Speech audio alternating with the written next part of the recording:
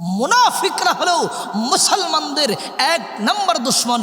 মুনাফিকদের বেলায় আল্লাহ তাআলা বলেছেন, ইন্নাল মুনাফিকিনা ফিদ দারকিল আসফালি মিনান নার। মুনাফিকদের জায়গা হলো জাহান্নামের একদম তলদেশে, জাহান্নামের একদম নিম্ন স্তরে। বলেন না নাউজুবিল্লাহ। মুনাফিকের আলামত হলো তিনটা। আয়াতুল মুনাফিকি সালাসা, ইযা হাদ্দাসা কাযাবা ওয়া ইযা ওয়া'দা আখলাফা ওয়া ইযা তুমিনা খানা। আল্লাহ রাসূল সাল্লাল্লাহু আলাইহি ওয়াসাল্লাম বলেন, মুনাফিকের আলামত হলো তিনটা। এক নাম্বার হলো ইযা হাদ্দাসা কাযাবা। মুনাফিক যখন কথা বলে, কথায় কথায় মিথ্যা কথা বলে। এবার চিন্তা করে দেখো আল্লাহর বান্দা, দিনের সূচনা লগ্নে থেকে রাত্রে ঘুমানো পর্যন্ত তোমার কতটা মিথ্যা কথা তোমার জবান দ্বারা বলতেছো। বান্দা চাকরি করতেছে, চাকরির মধ্যে যায় কথায় কথায় মিথ্যা কথা বলতেছে। বান্দা ব্যবসা করতেছে, ব্যবসার মধ্যে লাভবান হওয়ার জন্য কথায় কথায় মিথ্যা বলতেছে। ব্যবসা তো করেছেন আল্লাহর রাসূল, ব্যবসা তো নবীজিও করেছেন। ব্যবসার মধ্যে নবীজি বলেছেন বরকত। ব্যবসায়ীরা আল্লাহর নবীর সঙ্গে কিয়ামতের ময়দানে উঠবেই। আপনি সৎ ব্যবসায়ী যদি হতে পারেন, তাহলে ওই ব্যবসার মাধ্যমেও আপনার আখিরাতের সাফল্য অর্জন করতে পারবে। এজন্য মিথ্যা কথা বলা যাবে না। মুসলমান মুমিন কখনো মিথ্যা কথা বলতে পারে না। মিথ্যা কথা বলবে মুনাফিকরা। দুই নাম্বার হলো ওয়া ইযা ওয়া'দা আখলাফা।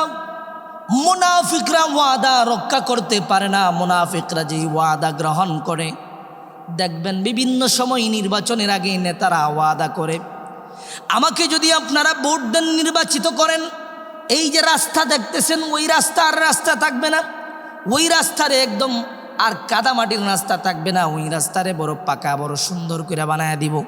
ওই যে ব্রিজ দেখতেছেন ওই ব্রিজটারে ভাঙ্গিয়া নতুন করে সুন্দর করে সংস্কার করবো। কত ওয়াদা যে নির্বাচনের আগে নেতারা দেয়, কিন্তু নির্বাচনে বিজয় লাভ করলে ওই নেতাদের পিছনে হাঁটতে হাঁটতে চামচাদের জনগণদের স্যান্ডেল ক্ষয় হয়ে যায়। কথা কোন ঠিক কিনা?